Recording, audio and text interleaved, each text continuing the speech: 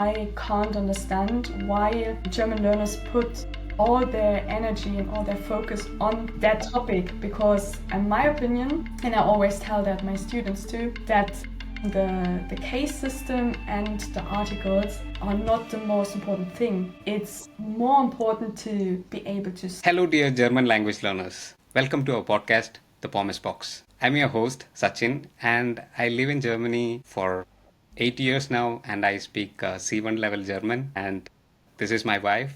Hi all, my name is Shilpa. It's been 2 years that I'm living in Germany and I speak A2 level German. Okay, so time for the guest intro.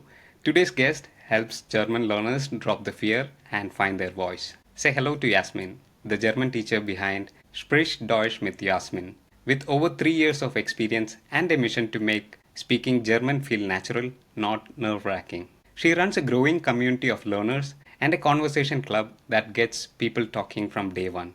Welcome to the show, Yasmin. Yasmin, before we dive in, I'd love for our listeners to get to know you in your own words. Could you share a little bit more about your journey as a German teacher and maybe give us a little more insight about your conversation club? Yes, of course. I'm Yasmin. I live next to, near Erfurt and Leipzig, so on the east of Germany. And I started to become a teacher in 2018 because there I started my studies for becoming a teacher, because it was always my dream to be a teacher since I think like 6th or 7th grade.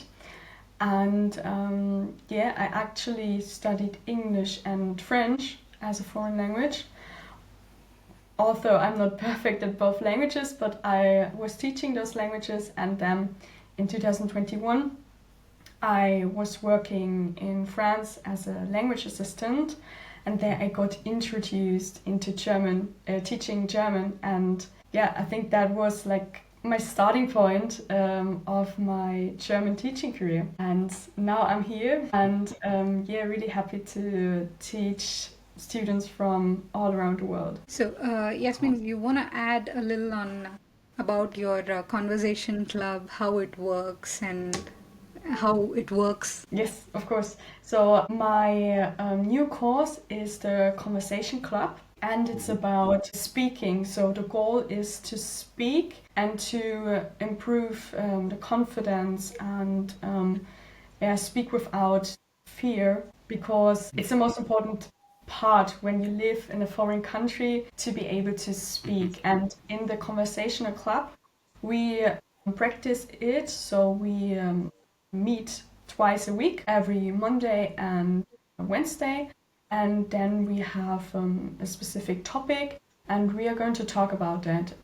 We have a lot of different questions, but also some other activities related to this topic, and the learners get new vocabulary, new phrases to practice, and it's really, I think it's a really nice atmosphere for the students, because they can make mistakes, and they can really improve. That's an amazing concept. I actually checked more about this on your website. The website is well written. It's detailed. It has every details. I guess this one is focused on B1 to C1 level of language learners, right?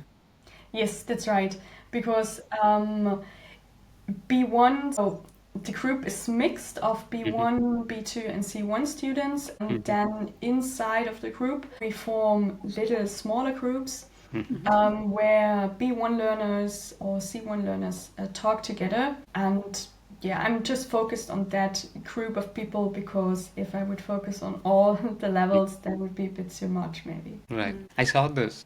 You have this Zoom rooms. I guess Breakout rooms. breakout rooms. Yes. I guess it is well organized, and it becomes easy to talk to multiple levels, right? By going to these individual rooms. And I guess they also get enough attention with group and individually as well, because that's what you mentioned, right? Yes. So I try to focus on the learners, and when we start the lesson, we first of all talk about the vocabulary, so if there is anything unclear or if there are any questions. And then after that we go into the breakout rooms, and I jump from room to room and give corrections And then we also change the partners so that you can speak to other people, because in that way you get more comfortable when speaking to a lot of different people. That's nice. That's Amazing. great. I guess I have one more slide where which tells where people can contact you, right? So Yeah. there is also a website. I have not included that, but it's the same. Sprich Deutsch mit Yasmin. But people who would like to contact Yasmin, they can definitely contact through her website and also on her email. And this is the handle on Instagram, Sprich Deutsch mit Yasmin. Awesome. Okay. So So the thing is, the cases that they does is one of the challenging thing for the language learners, right? When they're starting, or not only when they're starting, even in the advanced level, it is a struggle. I mean, there are some rules, like when the ending is like height, then maybe you say with the. There are some rules, but some things doesn't have proper rules. So how do you help the people to overcome this? I have also heard that even Germans struggle with sometimes, but not completely, maybe like the language learners. So, what's your trick? What is the lesson tip that you give? So first of all, there are some words where German native speakers discuss about. For example, Nutella. So some people say it's der Nutella, some say it's das, some die, and no one knows what's the right article. But yes, it's also really complicated for German learners. My opinion on that is maybe a bit different, because when Right. you live in Germany and you speak to native speakers, they will understand you. So I will understand you if you use a wrong article or a wrong case. It still makes sense to me. That's why I always tell my students to start speaking, and then when you are speaking, when you reach the higher level, then you can bring it to perfection. But you definitely don't have to be perfect right from the beginning. I yeah, agree. one point where even I struggle when I study is that like so articles. At one point, even I did this like whatever the article is. But yeah, for exam perspective, we have to get that correct. But when generally speaking, I gave up on that and started to focus more on the vocabulary or the structure of the sentence, so that we can move further. Yes, especially for everyday life, that's more important. Of course, if you do an exam, then you have to pay attention to the articles, but it's definitely not that important for everyday life. Exactly. Right. I guess in my conversation so far, I guess I never had a problem with, talking to Germans. Nobody ever complained, okay, you got the wrong article there. Okay, so everybody were only happy that you spoke in German, and they were happy that they understood you completely, though you might have made some mistakes on the Derdidas. But apart from that, it was not a problem. But I guess the problem is when you're using, for example, mit dem Bus, right? Yes. So people have to know that is their bus to say that is mit dem bus, right? But if it is like die Frau, then it will again change with mit then or there, right? But I guess this is one of the challenge for some people. They think, okay, now that I'm changing the gender, if I'm using mit, I'm going to make a mistake. So there is some breakage in the structure, but I guess in a big picture, when you see, yeah, speaking and speaking without thinking is a good solution. Yeah, absolutely. So, Yasmin, we have seen that like most of them who speak would have done at least B1 or B2 level German, and people like me who are still in the A1, A2 category, we tend to hesitate or we hesitate a lot to speak in public, especially. So, what's your perspective? When should one start going to speak or like start speaking? Should we wait for that official completion of B1, B2, or do you think it's our effort from the day when we have to start? That's actually a bit funny, because in the past I had some students that came to me on italki, and they had like an A1 or even A0 level, but they like wanted to have conversations about like health problems or something like that, and that's impossible. That doesn't work. But you definitely don't need to have a like B1 or B2 or C1 to speak. You can also start speaking with your A1 or A2 level. In my opinion, many people think that they need to like know enough or that they need to be perfect before they speak. But that's nonsense because people always wait until they are ready, but you will never be ready because there's always something new to learn, new words, new things to learn about the culture. So you're never ready. And that's why you have to start speaking also when you only have A1. You can say easy, simple sentences right from the beginning when you go to the bakery or when you present yourself somewhere. Start speaking from the beginning and use the mistakes as learning opportunities and start building confidence from the start. Because if you wait for too long, then it's going to be too difficult to start like speaking maybe in 2 years when you have your B1 because you don't have the practice. That's true. I was other day going through. I'm also a or we are language teachers, but for the Indian languages. But yeah, I have seen this. I was reading a book on language learning by an author called Shane Dixon, and he was telling like learn a little, use a lot, right? Because that helps you in remembering in the long term. But I guess at some point people are learning, learning, learning. They're not speaking. Then yeah, then it is a challenge to remember from your. Yeah, definitely. Okay, so let's talk something about pronunciation because people who are learning German come from around the world, right? Some are from the US, some from Spain, some from Italy or India, Pakistan, Bangladesh or China, whatever you call it, right? And everybody have their own way of pronouncing the words in German. So how do you tackle this problem? Did you have any difficulties where people had to get the pronunciation right, or did they make more pronunciation errors, or sometimes there are big words? For example, in German there is a word called Reißverschlussverfahren. I like this word, but when it comes to such big words, do your audience find it difficult, or do you give any pronunciation tip for them to improve? So for those big words, it's always like I always see those kind of mistakes. But I think that's just a thing of practice. So you have to practice pronouncing each like single word and then you can combine them together. And one thing that I always see with, especially with the lower levels, is the pronunciation of the short and long vowels. Because English speakers tend to like not pronounce a difference because they say, so there are two words, die Stadt. So you can hear a short vowel and a long vowel. Or same with Mitte und don't pronounce this difference, then it changes the meaning. And I can see that a lot of times with my A1 or A2 learners, and there are some rules to remember. For example, that there is a short vowel after double consonant or a long vowel after single consonant.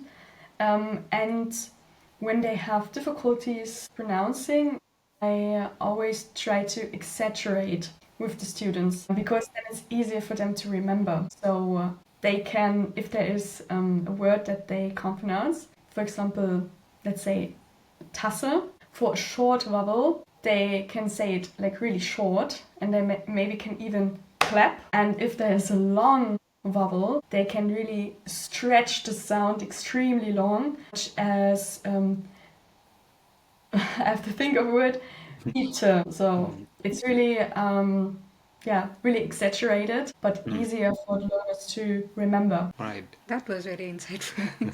Yes, I get this like understanding the sound of individual words. But yeah, one thing that helped me was understanding the sound of individual words like A, B, C, D, right? Or like when you also know this sound, when you're combining, it helps one extent. That helped me because then when you're getting a new word that you've never seen, then it becomes probably easy to say. But yeah, pronunciation is still challenging for some people. And once you make pronunciation mistake, um, I've seen like Germans don't understand at all. They're like, okay, what did you say? Right. But sometimes in context, they get it.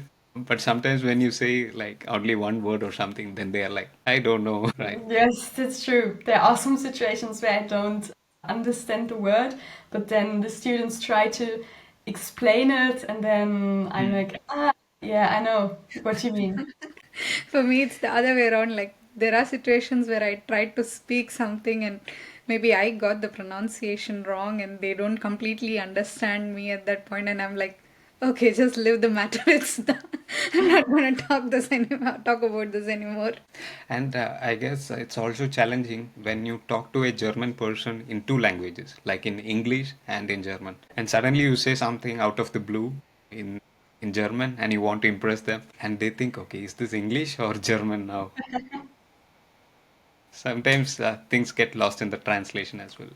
Yeah. So, Yasmin, we have seen people, like many people learning German now. They reach up to certain levels, say B1, B2.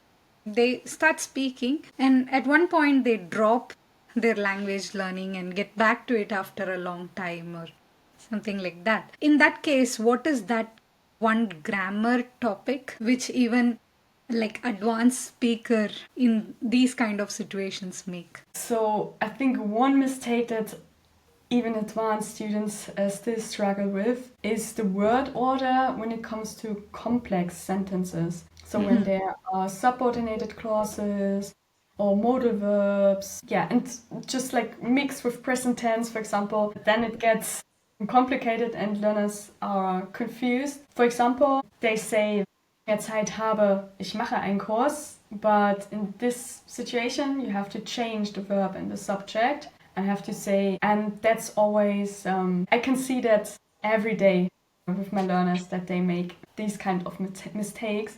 But there is one useful tip which says that if there is one comma, then you have to put one verb at the end of the sentence. And so now every time my students scan for the comma and they see the comma and then they scan for the verb and push it back to the end. So now they can use this useful formula to say their correct sentences. For example, now they can say, ich bin froh, Komma, dass du gekommen bist. So you have one verb at the end. And you can use this for different situations. If there's a modal verb or conditional, it always works the same. And I think that's really nice to know this tip to be able to build your sentences correctly. That's really a useful tip. I never thought of this, but yeah, one mistake even I make is when I use this while and when those kind of sentences. When I include that in my sentence, he always tells me like the verb goes in the last, the verb goes in the last. Maybe I'll start using this tip, which would help me speak better. Yeah, maybe you can try it. Yeah, Because there's definitely. always a comma with while and thus, then, and then you have to put the verb at the end. Right, and I also believe this is super important because once you do the same or once you repeat this mistake, and now this becomes your new way of saying things, and you carry this for a long time, and once you learn the correct way, it becomes very hard. You know what I mean? For example, if the person makes the same mistake for 6 months to 1 year, and now he has the bad structure, and he goes out there and he puts the sentences in bad structure, right? Maybe he takes a class all of a sudden with you or any German teacher and they say that your structure is wrong. Now then he has to like learn this. He have to be like very cautious. I guess there is a word like verlernen Yeah. in German, right? That you have to forget something and put it in the correct way. So people should definitely do it the right way from beginning, I Yeah. feel so. Okay, one thing that you said was the common mistakes or the mistake in advanced level of German. But do you see any common mistakes that people make in different levels? For example, some common mistake that a beginner does, someone in intermediate does, or someone in advanced. Do you have seen some patterns like this? Yes, so there are a lot of like tiny mistakes that people do. And one mistake that I think all the German learners do on every level is wenn and als. So people always say, wenn ich ein Kind war, habe ich Fußball. But That's wrong because it's a false friend. In English, we can say when I was a kid. Yeah. But in German, we have to use als. And I like all the time, I tell my students to use als and say, als ich ein Kind war, habe ich Fußball gespielt. So I think that's the most common mistake here all the time. And another one, especially with the advanced students, would be the translation for it depends on, because in German we have two ways to say it. We can either say es kommt darauf an or es hängt davon ab, and people always try to mix those both versions and try to come up with a new idea. But yeah, that's really important to remember that there are two options for the same meaning, but yeah, you can't mix them together. Yes. I guess that's true when people are coming from English, especially. That is one challenge that you mentioned, when, right? And some people also have problem with when on one, and there is something called will, or sie Will, yeah. will, right? But in English, like will is the future form, but in German, that is like you want something, right? Will does. So yes, I guess if you see, that's not one mistake. There are a lot of mistakes that people make in, if you see.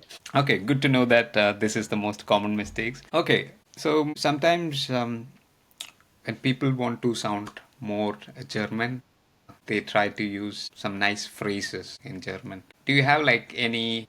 Okay, so one thing that I can remember is Wochenende hoch die Hände, right? So that officially declares it's weekend. Yeah. So, do you have some other phrases like that so that people sound more German like that? So there are a lot of like sayings in different situations related to the weather, for example, things like es regnet wie aus Tonnen, or like a lot of different things, but also tiny words that are really important if you want to sound native. For example, the word mal, which means originally einmal, and it's like this word is used as like kind of a softening word or like a filler word to make comments and questions sound more friendly, and this makes a huge difference because most German learners say like warte kurz, which sounds like strict and like being in a teacher mode maybe, but Germans always add mal to soften the tone, and then you say warte mal kurz. Instead of komm her, you say komm mal her, which sounds more relaxed and friendly. And that's one thing that, yeah, where you can see if this person is a native speaker or not. Right. That's a nice tip. Right. These are the things that even yeah, German learners struggle with, because for them mal is like einmal, zweimal, nochmal, right? But mal, when used by German, it's like magic. These are some small tips what we usually don't see it in the classes.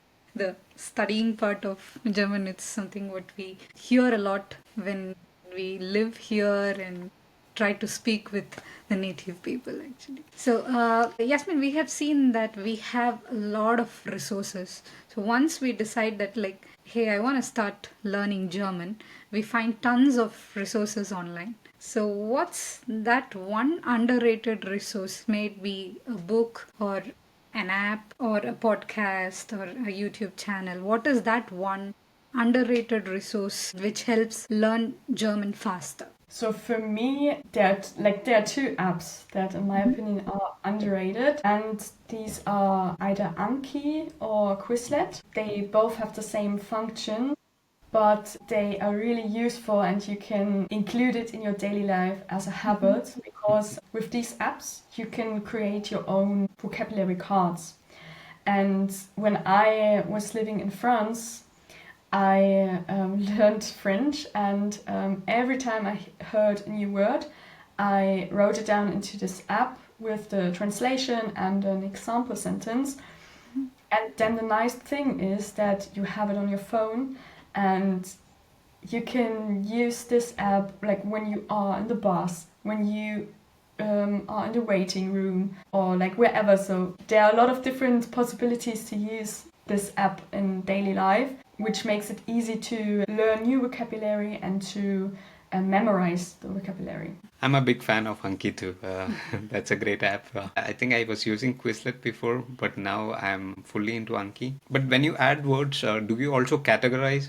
For example, sometimes you have like words that you want to talk with Hausars, or sometimes you're going to an like Rathaus or the vocabulary for that. So do you categorize them when you add, or you just add them and practice later? Yeah, so I personally characterize it.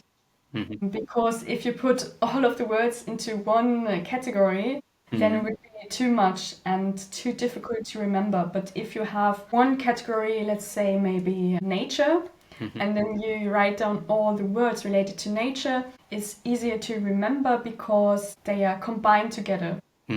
If you learn like one word from nature, the next word is a family member, then we have a color, so it's confusing for your brain to remember all those words. Right, right. And I totally agree. This Anki approach is very good because it helps you retain the words in the long-term memory. Language, when you're learning a language, the words when you speak, they come from the long-term memory. So totally, I like this approach. I don't know, but different people learn differently. But I still believe that flashcards or Katai carton is still a champion in this.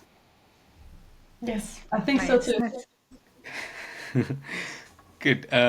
So let's come to the cultural aspect of Germany. So what's one behavior that foreigners tend to misunderstand when they come to Germany? Did you have some problems like this? For example, Sundays, this is Sonntagsruhe, right? Or people have to also classify their like rest meal and bio everything. So did any of your students find it like difficult to accept this kind of things? Yes, absolutely. So these are great examples. And another example would be also to have appointments for everything. And that's also pretty weird for people that come to Germany because you need to have appointments for the doctor, for like for everything, even for meeting friends. You need to have an appointment because it's often planned days or weeks before.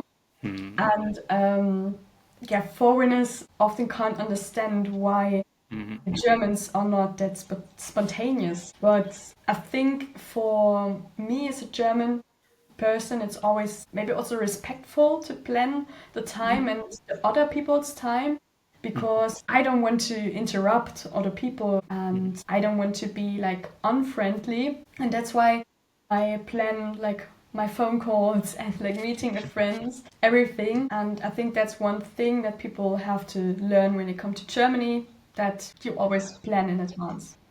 It's very true, actually. Initially, even I felt this was like, is it really so and things? But nowadays, it's uh, been following that. It really makes sense, actually.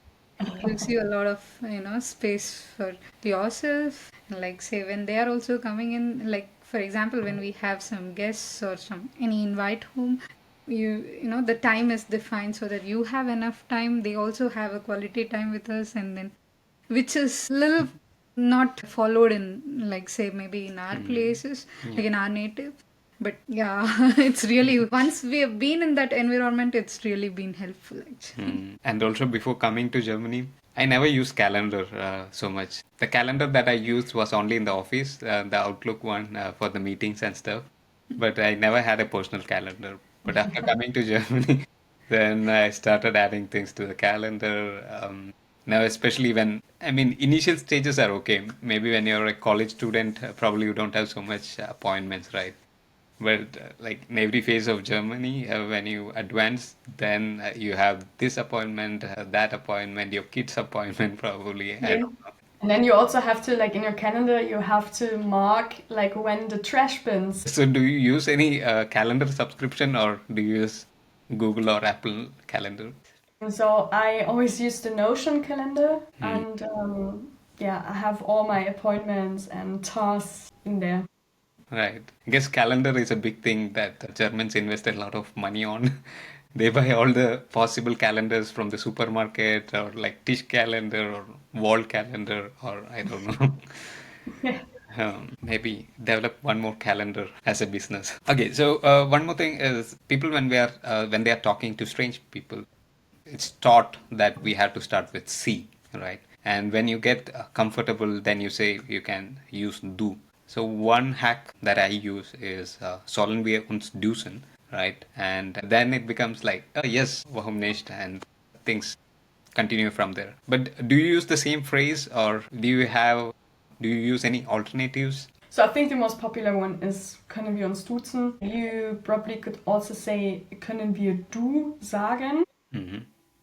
or können wir zum Du gehen. So that's Mm. all possible, but I'm always a bit, yeah, like I'm maybe shy or I don't know, I'm maybe a bit scared because I personally never switch to do because I always wait for the other person because I would not like to Mm. make a mistake or be unfriendly. Okay, to be always respectful, right? Yes.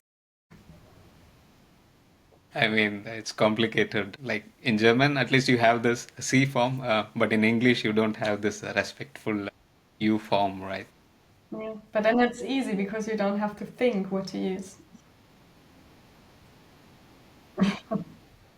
I think it's only challenging for language learners because then the conjugation changes. Conjugation changes.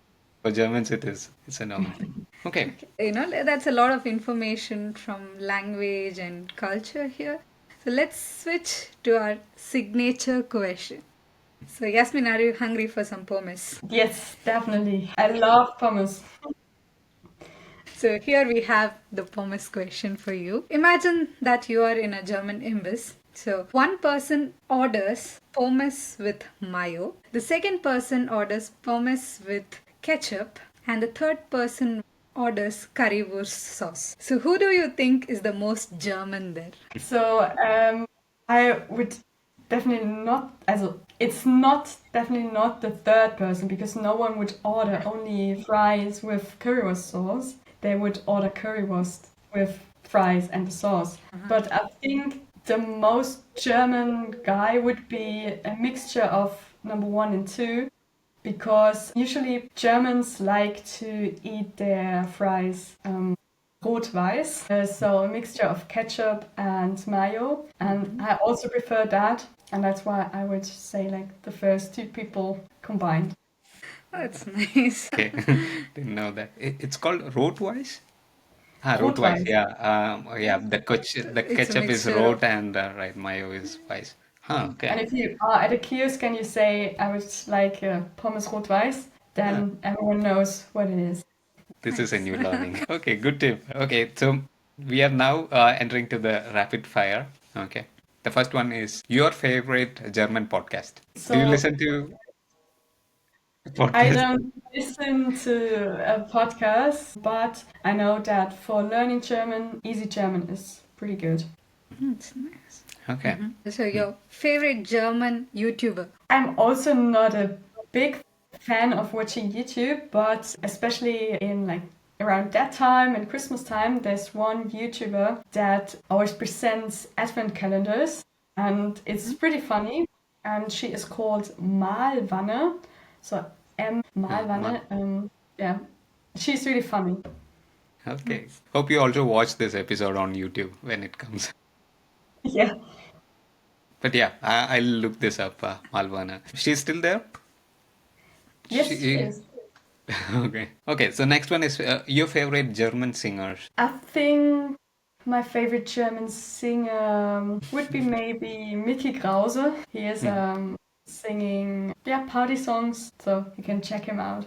Oh, okay. Is there also a female artist? It's a male artist. Okay. But do you like any female singers in Germany? Yes, so for example, a classic would be Nena or Glasbären Perlenspiel maybe, which is Mhm. a band, but the singer is female, Hmm. and that's also really good. Do you like this lady? I don't know, remember quickly. From Atemlos. Los durch die Nacht. Yes, of course, Helene Fischer. Yeah, a little bit. So you already mentioned that you love pommes, but what's your favorite German food? Now I would say you to skip pommes and evaluate from the rest. But it's difficult because I would always choose pommes. Okay.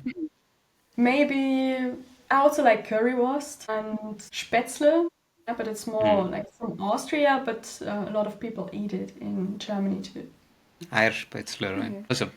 And we also saw that you're into hiking or traveling. So one question is, what is your favorite hiking spot in Germany? So there's the Thüringer Wald, which is not far away from my place, and it's beautiful because in summer you can hike, and in winter when there's snow, then you can ski or you can just hike in the snow. That's beautiful. Amazing. We have to visit. We haven't been there.